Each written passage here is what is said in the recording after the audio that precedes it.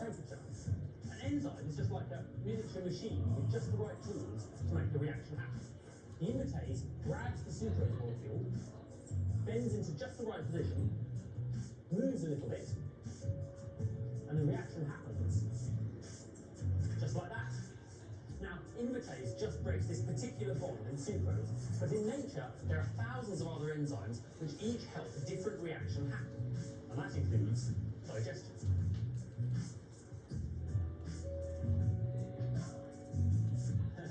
Now it's all soft and just how it should be.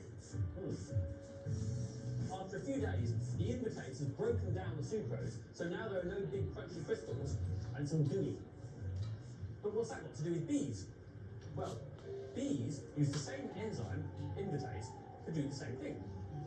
Nectar is essentially sugars in water, and to store it to eat through the winter, the bees use invertase to convert the sucrose to glucose and fructose, and then they fan it with their wings to drive off the water. That makes a soft, gooey paste. We call it honey.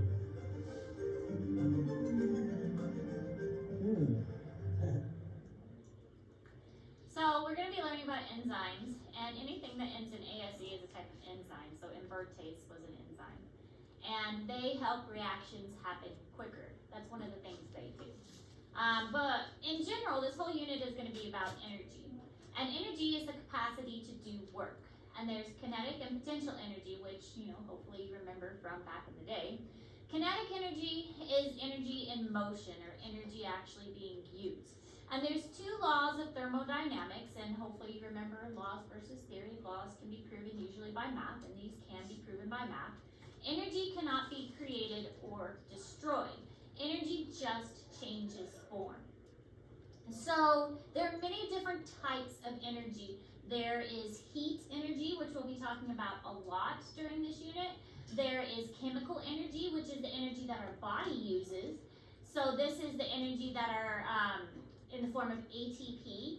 And there's other types of energy that our body uses as well that we'll be talking about: NADPH, FADH, things like that. But this chemical energy is what our body uses. There's also sound. Sound, if you've ever been by a big speaker and the vibration, that's a type of energy. Light energy. All different kinds of energy is out there. But not all of it is useful to us. Only really chemical energy is the one that's useful for us.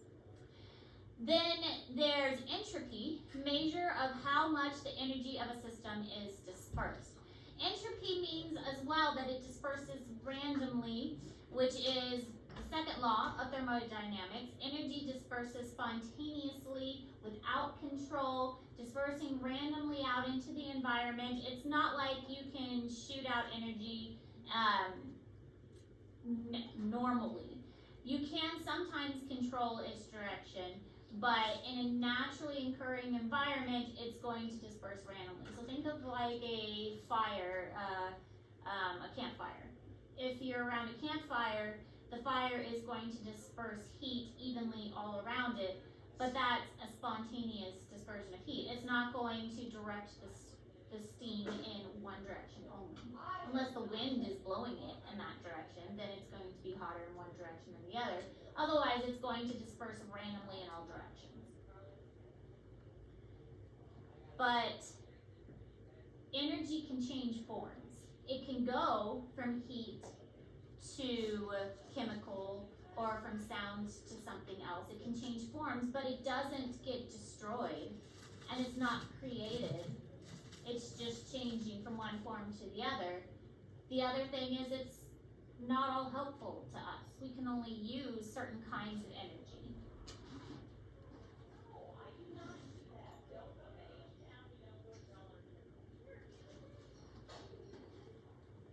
Oh, why is Zach still gone? Is he okay? Could have sworn I saw him the other week. Probably a week, but he's been gone all I think this the week. boogie. No, we fed him pigs. Fed him pigs or fed him to the pigs? Both are very disturbing, so We fed him to the pigs. What? neither one are good. Who's We we? didn't realize the group project. I think that's a, I don't think that's a we thing. I think that's a you thing. Neither one is good. Let's bring Zach back. Gosh, I think it's gone. Bring Zach back. It's almost like he's still here. So this picture is showing what entropy really is. We've got the entropy on this side and then time over here. So as time progresses, entropy is going to get worse and expand more, or get more extreme, not really get worse, get more extreme. So entropy is disorder, really. It's going toward more disorder. This is heat energy. As you're heating up a pan, then entropy and the heat is going to disperse more and more and become more severe in its disorder and spread out even more. So we have a lot of fun labs planned for this unit. We have a photosynthesis lab, we have a cellular respiration lab, we have an enzyme lab, and I believe we have an osmosis and a diffusion lab. So there's a lot of labs coming up too. So even though there's only 3 chapters in this unit, the labs are going to kind of draw it out and make it a little bit longer because we have so many labs that are going to go along with it. Yes? Could you describe entropy as randomness? It's definitely random, but it also leads toward more disorder too. It's not like, one way to describe it is if you put a car out and just leave it in a field, the car is going to disintegrate and rust, but it's going to go into like a broken car. It's not going to turn into a new car. It's going to disintegrate and rust into a broken down and eventually degrade into, breakdown. Yeah. But it's not going to, turn into like a better car. It's into disorder. So Alright, random so it disorder. can only go one way? Yes. Alright. Random disorder. Yeah. It's kind of a way to think of entropy. Random disorder. So energy lost from a transfer is usually in the form of heat. And this is another kind of important idea. And you can think about it in terms of our bodies as well. We give off heat. We are endothermic organisms. We are giving off heat, and that is how most of our energy is used. Since heat is not useful for doing work, the total amount of energy available is always decreasing. We want to be able to do work. We want to have energy, but we're constantly losing heat. It's always decreasing because we keep giving off heat. Every time we are doing something, heat is lost. And so that means we must figure out a way to constantly replenish all this energy that is being lost. How do we do that? Eat. That's why we're constantly hungry. It would be wonderful if we could just regenerate our energy, but we can't. Energy only goes in one direction. It doesn't recycle. Energy is always lost. It's always flowing in one direction. There are other things that do recycle, like carbon is a cycle, nutrients are a cycle, there's the water cycle, which I'm sure you've heard about, condensation, evaporation, all of that stuff, precipitation, that's a cycle. Energy is not a cycle. Energy goes in one direction, it's gone. That's why we get hungry again. We need more. If it did cycle, we would never get hungry again. But that's not the case. The majority of energy is lost as heat. We only get a tiny bit of the percentage that we actually eat. To be precise, we get 10%. We get 10% of the energy that we eat. The rest is lost as heat. 90% is lost as heat. Which is not very efficient when you really think about it. You eat that food and you think, oh, only 90% of this is actually going to be useful to me. So 10%. 10% of this is useful. 90% of it's lost as heat.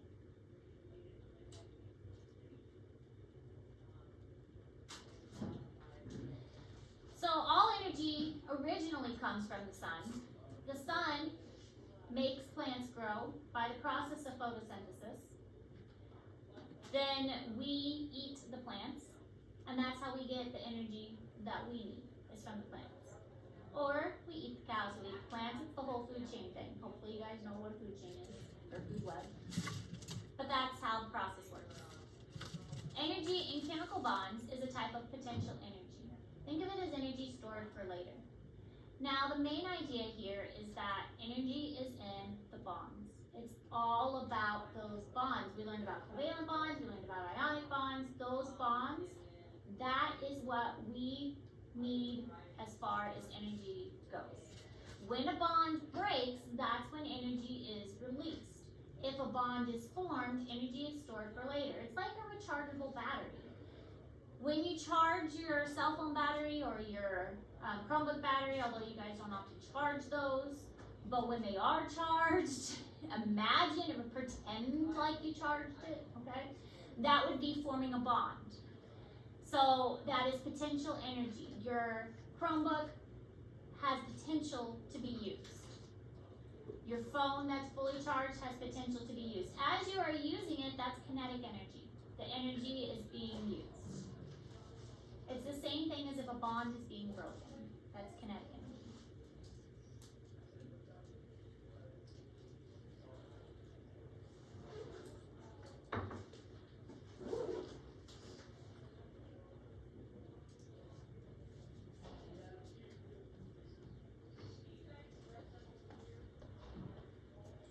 So nutrients cycle between producers and consumers, but energy flows in one direction. Yes. Energy cycles, the nutrients flow in one direction. Producers, hopefully you guys know what those are. Plants, producers. Consumers, anything that eats plants. Who was the black and who was the blue? I was the black. Most people are. Daryl. Was Daryl the blue? I have no idea. I don't know who the purple was either. But I was That was confirming that the ACT is, oh what, those guys walking around the hall? Principal, superintendent. Uh-oh. That's scary. No, I'm not saying that, but like, Oh, there's the other Principal. principal. but having No pressure. all four higher powers walking down the hall together. Oh, funny story. One time I was teaching this class, but we were learning the reproductive system. Uh-oh. And I had a picture Wait, of does the everyone reproductive else learn system on the board. You will, when we get to body systems.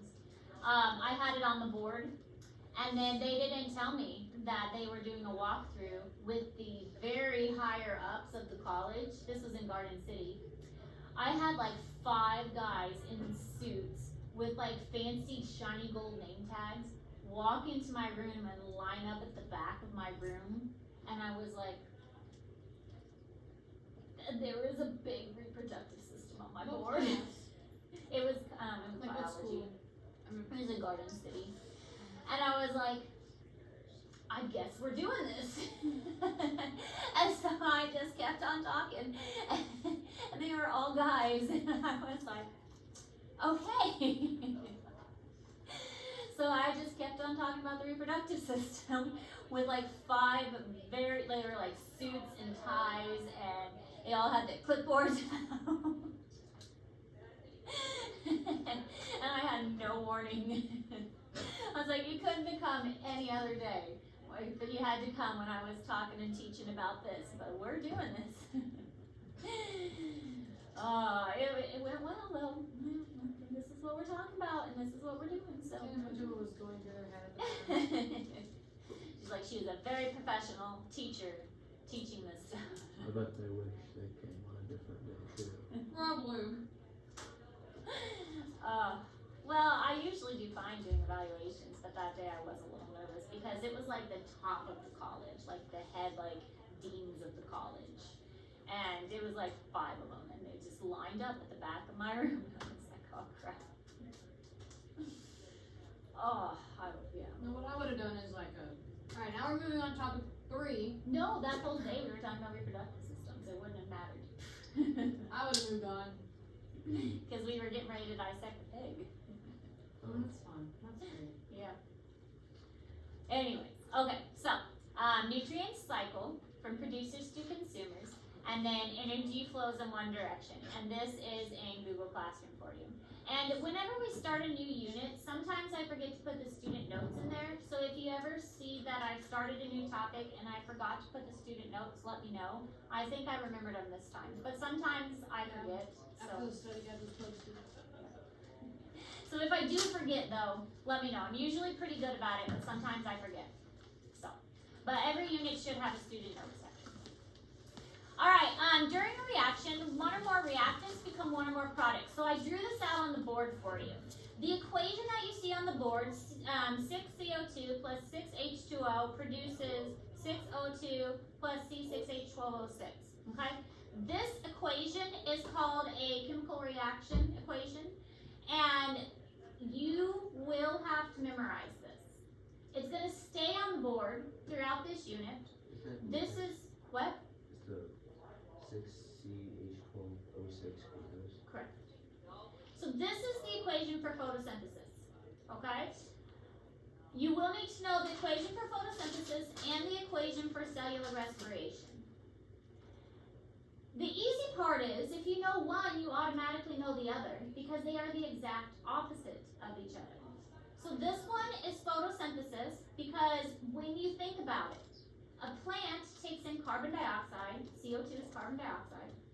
A plant takes in water, H2O is water. The little arrow, imagine the little arrow as an equal sign. It's just like math, okay? A plant is going to produce oxygen, because we breathe in oxygen, and a plant makes sugar or food for us. C6H12O6 is glucose, so that's sugar. Now, if you read it backwards, the other way, we take in sugar, C6H12O6, we take in sugar, we breathe in oxygen, and we produce carbon dioxide and we produce water. So the opposite of that, if you read that equation backwards, is cellular respiration. So if you can remember the equation one way, the opposite is the other equation. So I've written photosynthesis on the board because that's the one we're going to learn first. But cellular respiration is just the opposite of it. But the reason I went ahead and put it up there is because we're talking about reactants and products. And the red represents the reactants and the green represents the products. So whatever is on the left-hand side of the arrow is the reactants, and whatever is on the right-hand side of the arrow is the products, the green one. What goes in is the reactants, and then they get rearranged, and what comes out is the products. Now, matter cannot be created or destroyed. That's another law. Just like energy can't be created or destroyed, matter can't either, but it can be rearranged. So if you notice in this equation on the board, there's 6 carbons on one side. If you look on the other side in the products, there are also 6 carbons. If you look on one side, there are 12 hydrogens. The other side also has 12 hydrogens. It's a balanced equation. And if you take chemistry in college, you'll have to learn how to balance these equations. I balanced this one for you. Balanced equations means that there is the same number on both sides. Nothing was lost, nothing was destroyed. There's the same amount. So 6 carbon dioxide is going to go in, 6 water is going to go in. It's going to produce 6 oxygen, and you get 1 glucose molecule in the process of photosynthesis. Reactants and products. Make sense? Okay.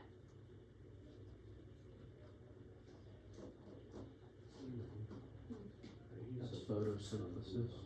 The one on the board is photosynthesis.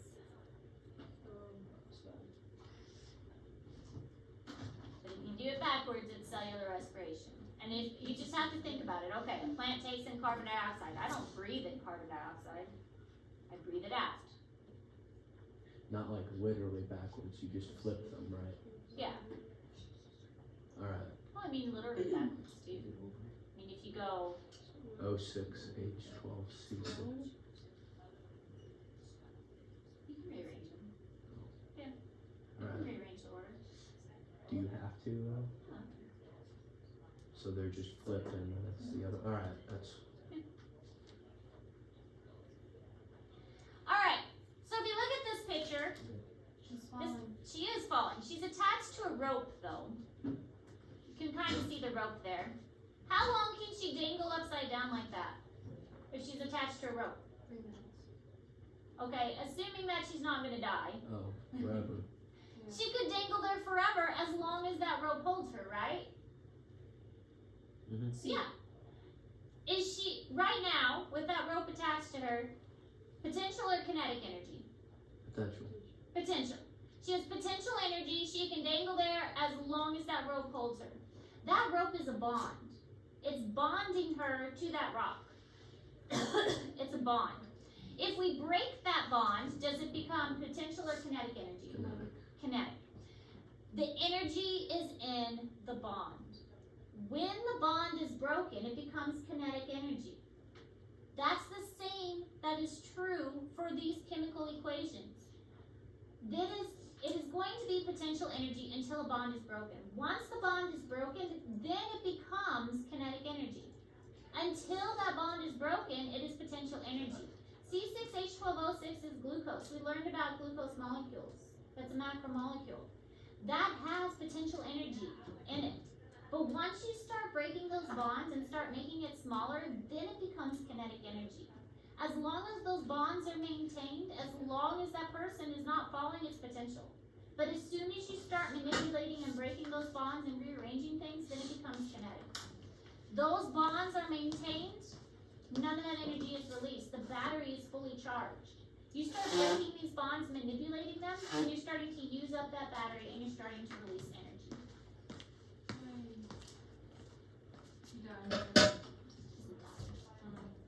Just a very visual image to help you remember. This takes a while to load. It took a little while last time. It'll load it. But it'll help you remember about the In bonds. nearly all cases, energy flow starts with energy from the sun. Solar energy is captured by producers, organisms that make their own food. Most of the energy that producers capture is lost to the environment, but some is passed on to consumers and decomposers. Energy flows in only one direction, into the ecosystem, through its organisms, and out into the environment. In contrast, materials are typically cycled among the area of organisms of the ecosystem. So materials, nutrients get cycled, energy flows in one direction.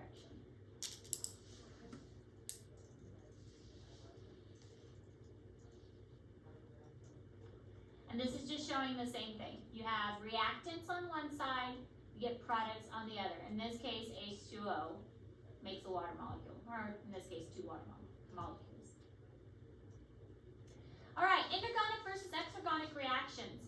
Endergonic is energy in, exergonic is energy out. So think exit, you're exiting out.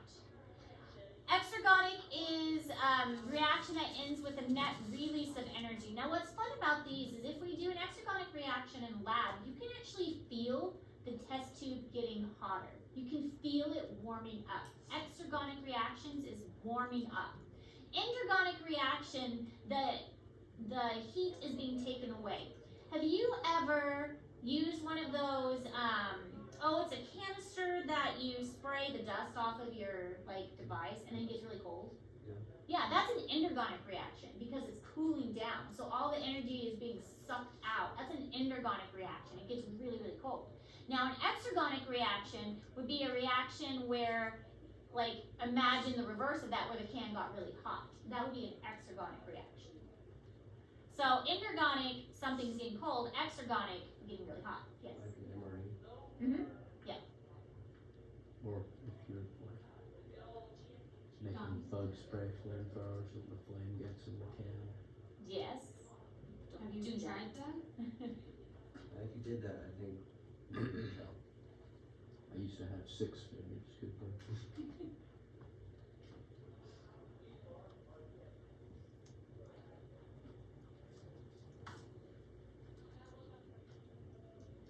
Ooh, hot hands. Another example of an exergonic reaction.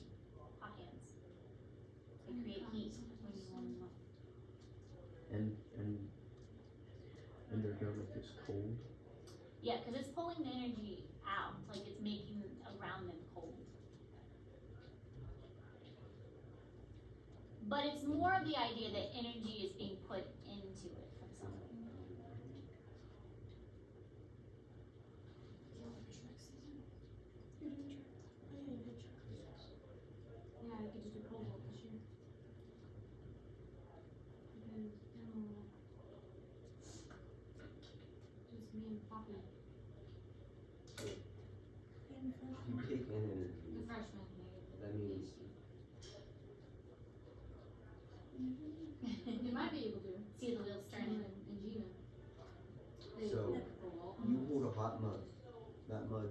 allowing energy. Who So is it? I mean, you have like not. therefore, the inverse would be if something says cold, that means it's taking energy. It's taking the energy from your hand. Yeah. You're welcome. All right, so here are two reactions where, again, you'll see in science that there's a lot of opposites. Endergonic, exergonic, photosynthesis, cellular respiration. We're gonna see this kind of play out throughout the whole year. There's so many different opposites in science. One thing will be the opposite of another.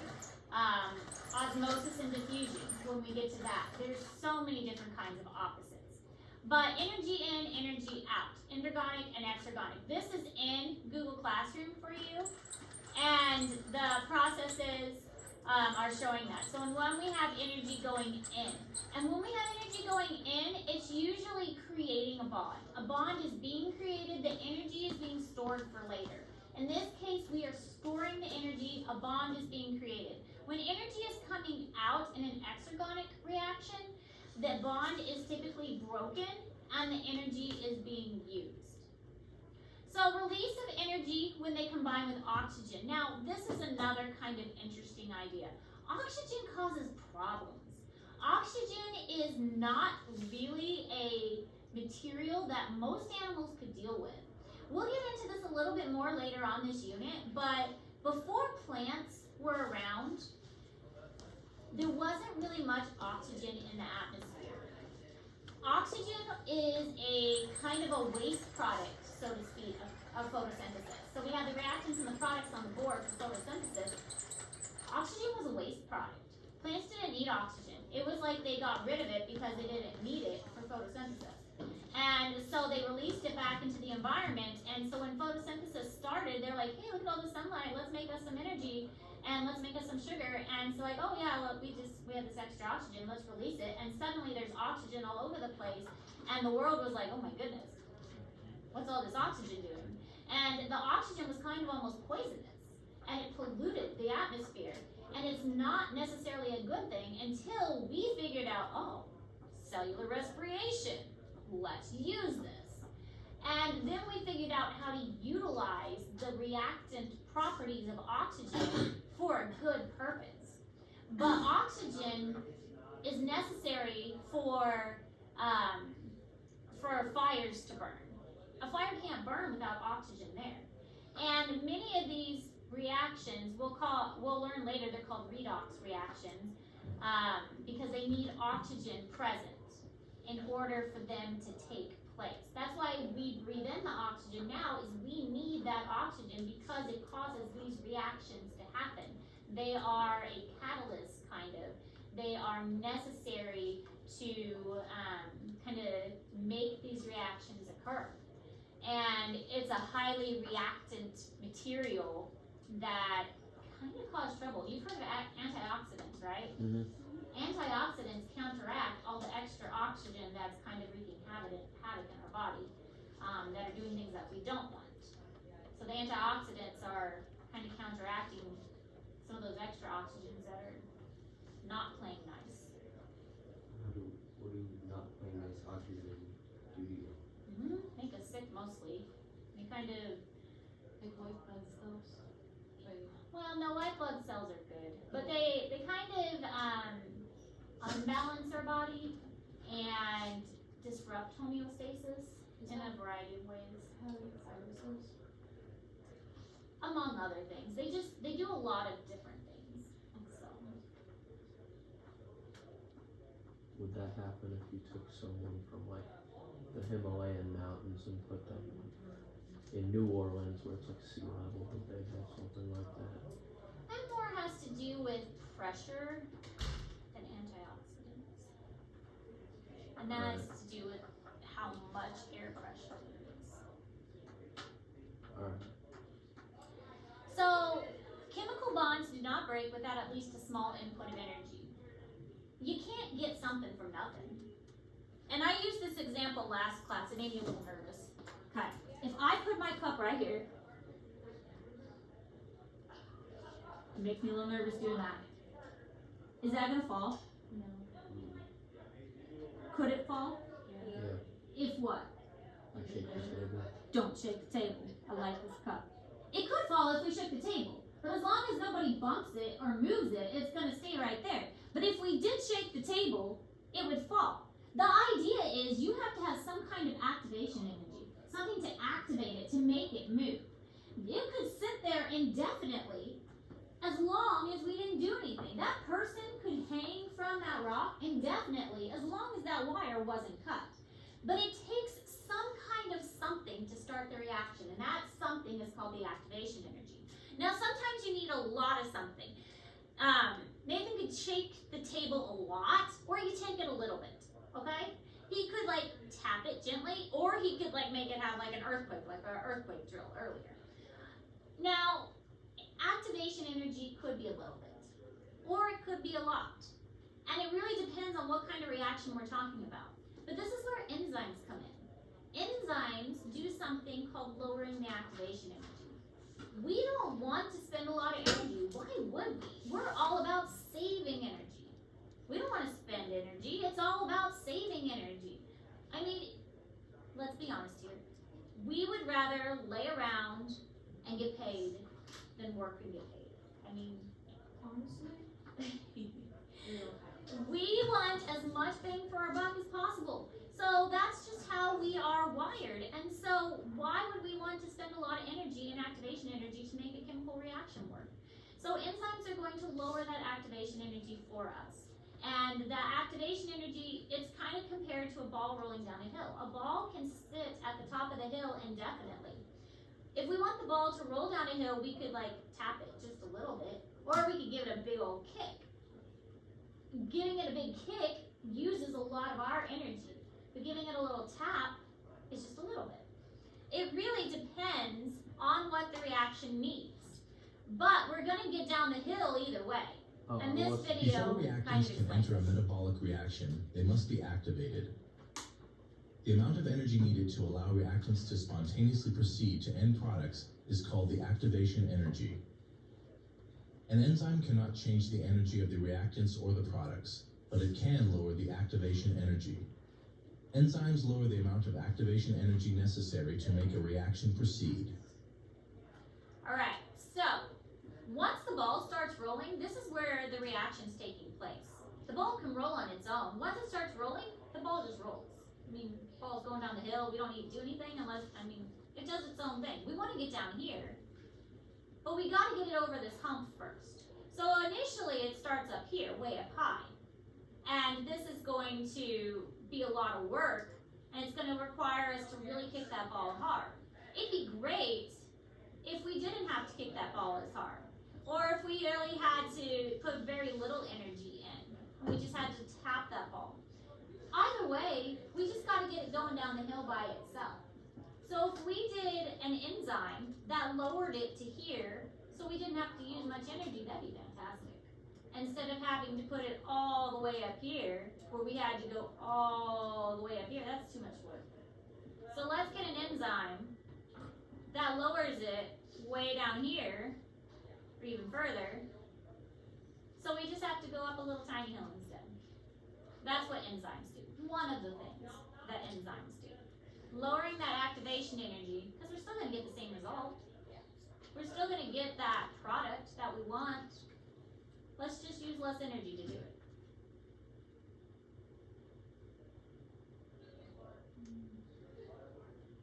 Sorry, getting back to it. Alright, so cells store energy by doing the endergonic reactions, and they use energy by the exergonic reactions. So let's put the energy in with the endergonic reactions, such as photosynthesis. Photosynthesis is an endergonic reaction. Cellular respiration is exergonic. Let's run these processes back and forth and use them opposite each other in order to get what we need. Sorry, looking at the time. If the plant needs to save energy, it's going to do photosynthesis. If a plant needs to use energy, it's going to do cellular respiration. And yes, plants can do cellular respiration. They have mitochondria. As long as a plant has mitochondria, it can do cellular respiration too.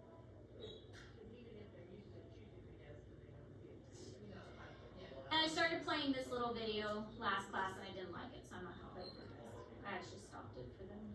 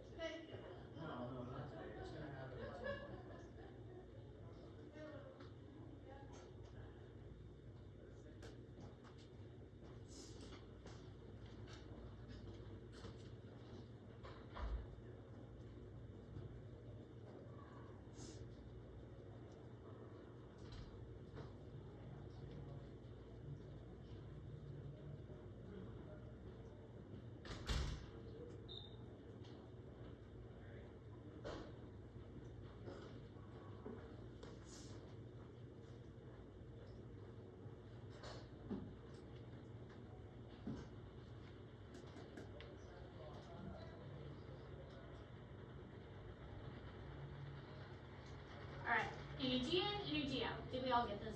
We good? Too far?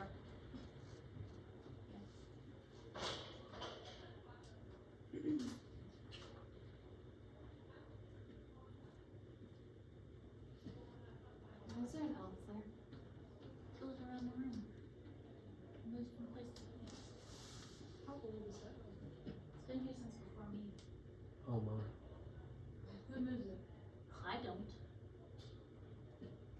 I really don't. Am I moving?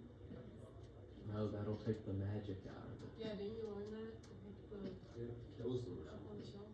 Yeah. Maybe it's one of I moved mine off on the shelf. I remember when I was a kid, my brother. Oh, one of my grandmothers had put it in like a stocking or something, and I saw that I didn't see that the elf was in the stocking, but I saw that the stocking had something in it, so I reached in it and I felt the elf, and I was heartbroken that I just took the energy out of it, the magic out of it. My parents always refused to get me one of those, and I don't remember why. Because they're expensive and they're stupid. That was But I probably have one for my children. We had They probably don't an want to elf move and it. a reindeer. We just had an elf, and then I gave it my Barbie doll because I wanted clothes for her. My parents wouldn't buy any.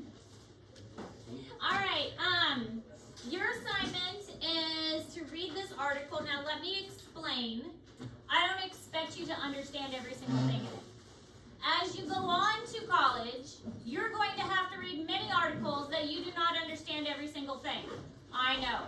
What am I doing right now? Reading like 5 articles a week. Do I understand every single thing in it? Absolutely not. But it is a practice that is good for you. So you're going to read it, you're going to highlight and underline, highlight the main ideas and underline the key terms. Or if you just want to, if it won't let you do that, if you want to just highlight in 2 different colors or something like that, just distinguish like 2 different ways, however you want to distinguish in 2 different ways. And then write a 1-page summary about it. It's due next week, so you don't have to rush to get it done by tomorrow. And you're going to learn about enzymes, okay? Enzymes are super important. They are one of the macromolecules because they're a type of protein. And they are really important, especially for this unit and the different things that they do. But like I said, reading articles, I don't know why college professors love to make you do that, but that's basically all you do as a graduate student. If you go on to graduate students, and you do it a lot as an undergraduate student too, like, here, read this article. Here, read this article. Here, read this article. So it is a really good practice for you guys to get into, is learn how to read important articles and learn how to summarize them effectively. So, read an article about enzymes, summarize it, and pick out the important stuff. Questions? Yes. With the equation on the board, I know the product is glucose. What is the reactant? Well, both of these. This whole thing, anything after this is products. This whole thing is reactants. Yeah, but Yeah. okay, is this just CO2 and water? Is there no other name for it? Carbon dioxide, water. Oxygen, glucose. And all together, anything on this side of the arrow is reactants, anything on this side of the arrow is products. Cold water, dihydrogen dioxide. Wait, where did your husband work? Fayette Middle School. Clark Middle School. Clark. I think that's what the middle school is called, is Clark. Middle Really? School. I thought it was Fayette. Yeah, it's Fayette. Like, I know, I just thought the school was called Fayette. I think it is. Well, cause like Boonville Middle School is called LSE, Laura Speed Elliott. Called LSE Middle School. Really? They have names. Memory. I'm doing it. What's on that? How long does it take to complete? I don't know. I bet I have $40. Hypothetically, this is outrageous hypothetical because this never happened. Siege. So, don't buy Siege now. If you wait until- And I'm working my way through grading your stuff. I'll get there. because it Probably will- won't be until this weekend though. $5 and I'll go right. Some more American, yeah. Why do some people still have their plants? Oh, our plants. They just wanted them to. Oh, I forgot about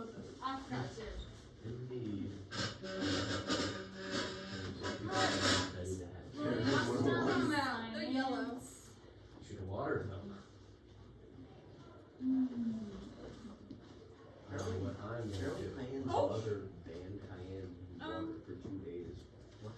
He's Yeah. very That's not something. Guys, not maybe worried. It's still. She, Oh, did she tell you that? Yeah. where, there's more to that story. What? but- So Yeah. so she I I remember I she had a know hamster. where- She had a hamster, right? And it died because No. she didn't water. She had a full bottle. This is what she's looking at. Full water. But water was from yesterday. And because Cayenne didn't replace the water every day, They said all like that. she was banned from water for 2 days. Like drinking it? Yeah. Oh, Cayenne? Yeah, her mom Your ran mom her mom water during That's- COVID. Why? Yeah, Wait, what? I don't know. from what I, And she Never didn't mind. she couldn't drink out of the fountains either. Cause they weren't working. since when? I don't know, during COVID is what she said. During COVID? That is deeply concerning. She said that's where her Today mom you ran do her your, from. what's this? Your lunch to do?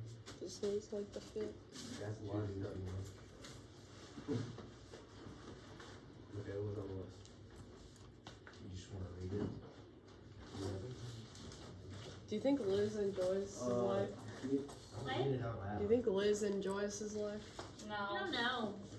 He was in there running in circles. I think he does. I think he hates it. I think he's spoiled compared to some Oh, others. yeah, Is he You'll spoiled understand. compared to your lizards? someday. Or not your lizards, your birds. I think my birds are definitely more spoiled than him. This isn't a lunch to do, Nathan. Well, I don't know. I mean, you guys spoil Liz pretty well. The birds have to stay at home by themselves. I like Charlotte. Maria. Yeah. Yeah. Good positive talk. Do you What? like Charlotte? Yummy. Oh, There's- crap. I left my Ew. 9. video It running. looks like there's eyes. Poor Zachary's gonna Yeah, hear but us they're not all talking about random tarantulas. stuff. Well, yeah, but Hi, Zachary. it says